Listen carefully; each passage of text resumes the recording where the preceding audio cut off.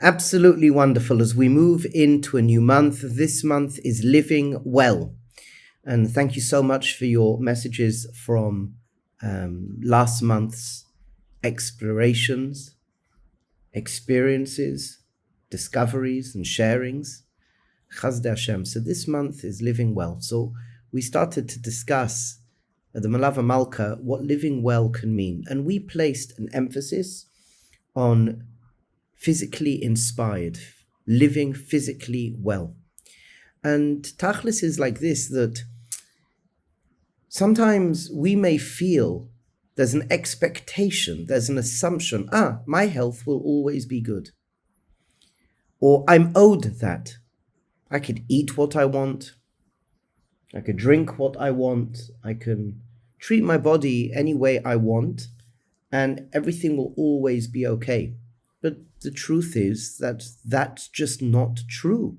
We know this not to be true. We know that if a person abuses their body with sugar, yes, they, God forbid, can end up having issues, diabetes, or if it's salts, whatever it may be, fast food, person become obese. You've got the physiological issues, but you've got the emotional issues as well. We've spoken about being physically overweight, but there's an emotional overweight as well. A person could become emotionally overweight. And sometimes that's to do with food. That's to do with the lack of movement, etc., the lack of sleep.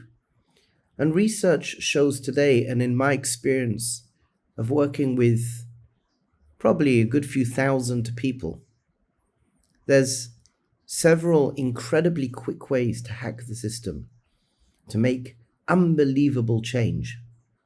One of them is our way of thinking, our attitude. Another is the physiology.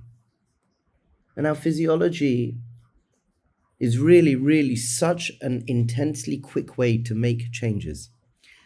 I've worked with so many people who, apart from the physiological issues, people who are experiencing depression, or anxiety, and we've got them moving, running, weightlifting, whatever it may be, and lo and behold, in quite a short amount of time, the quality of the life experience radically changed.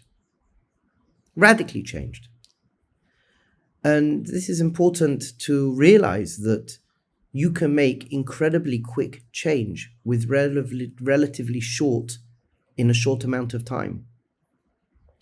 And obviously, it's important and incumbent for us to know that the body that we are in is not ours.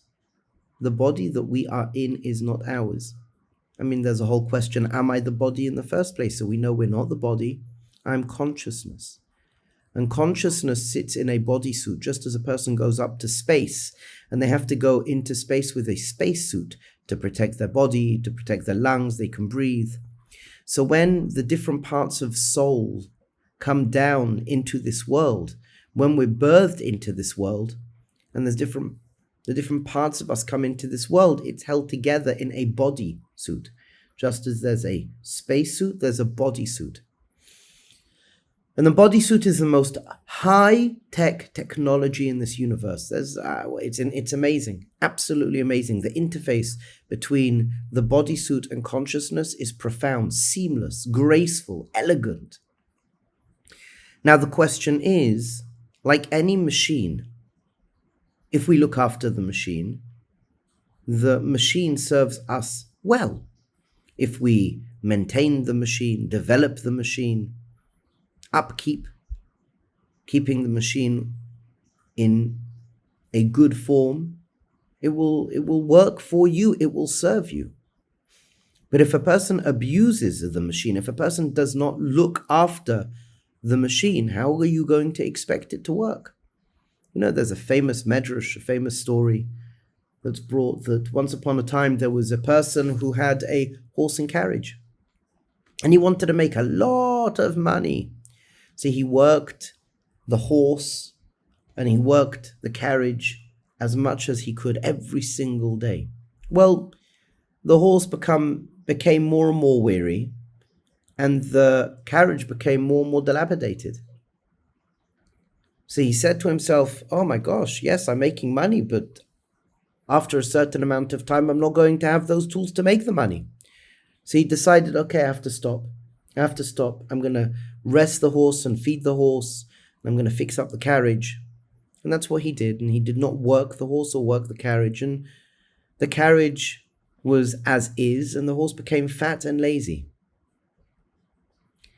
So the person thought to himself, well, this is not necessarily so good. So what should I do? So obviously he went to a wise person, and the wise person says, balance, my friend, balance. Set some hours. Make sure you rest the horse and fix up the carriage, and then go out to work. Set hours. And this individual did as told by the wise person. And yes, the person made money. The horse became slim and muscular. And he used his tool, the carriage, in order to deliver whatever he needed to deliver. And what I'm sharing with you is that we have a body. And we need to make sure that we look after the body. Our consciousness sits in the body. We have to make sure we work the body, but not work the body too hard. We have to make sure we rest, but not rest too much. And this is a balancing that's different for each individual. Some people sleep more, some people sleep less. Some people need more food, some people need less food, etc., etc.